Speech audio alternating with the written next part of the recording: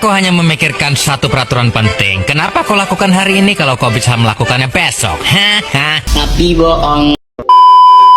Good evening everyone, I am Salsabila and today I would like to deliver a speech on the topic of changing bad habits. We all have habits, some are good, while others hold us back. This is simply part of being human. However, today I want to focus on the habits that prevent us from reaching our full potential, the bad ones. Even though they might feel comfortable or familiar, they can stop us from becoming the best version of yourself. Damn! Every change comes with challenge, but change is possible, and it can happen. It begins with acknowledging the habit. Be honest with yourself and identify what is slowing you down.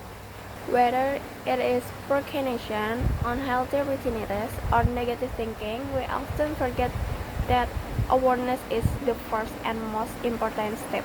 Few moments later. Once you recognize it, we start changing it gradually. Focus on one small, positive action that can replace the bad habit. Remember, change is not about achieving success overnight. It is about consistency. Stop it. Get some help. Small steps taken each day can lead to significant results over time. Of course, there will be difficulties along the way. That is completely okay.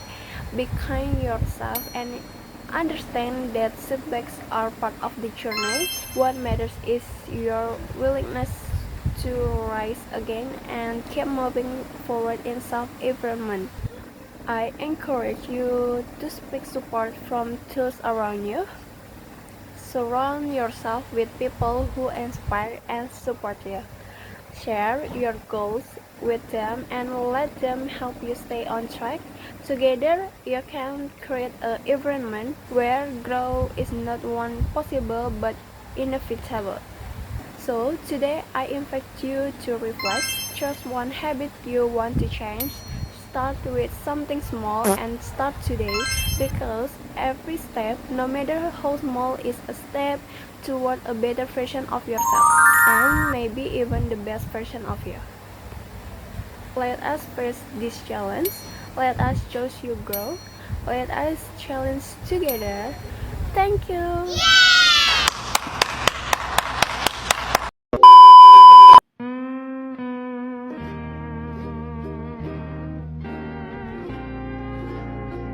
Few moments later. Assalamualaikum warahmatullahi wabarakatuh. Hello everyone, my name is Salsabila Dukuspita. Today I am going to explain a simple but important topic: understanding countable nouns easily. Let's start with the definitions. What are countable nouns? Countable nouns are things that we can count. They have both singular and plural forms. For example, one apple, an apple. Two apples, two apples. Something with chair becoming chairs. So it's very simple, just add s for the plural. Here I show you some example of singular and plural forms. In singular, we say an apple, a book, a chair, or a dog. In plural, we just add s and say apples, books, chairs, and dogs. For example, there is an apple for one apple, and there are two apples for two apples. Easy, right? Next, how do we use countable nouns? We can use numbers like 2 dogs or 5 chairs, or we can use quantifiers like many apples to show a large number, and a few books to show a small number. So there are many ways to talk about amounts. How do we ask questions with countable nouns? We use how many plus a plural noun. For example, how many apples do you have? Or how many chairs are there? Very simple. Now let's practice a little. Fill in the blanks with the correct form. I have, see boat to. There is in the garage. Let's see if you can guess the right answer.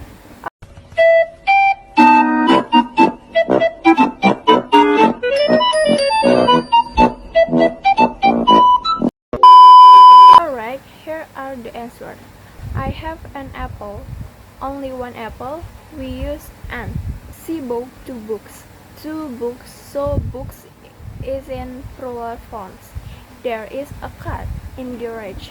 Only one car, so we use a car. Alright, that's a short explanation about countable nouns.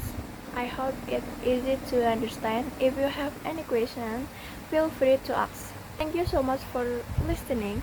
Wassalamualaikum warahmatullahi wabarakatuh.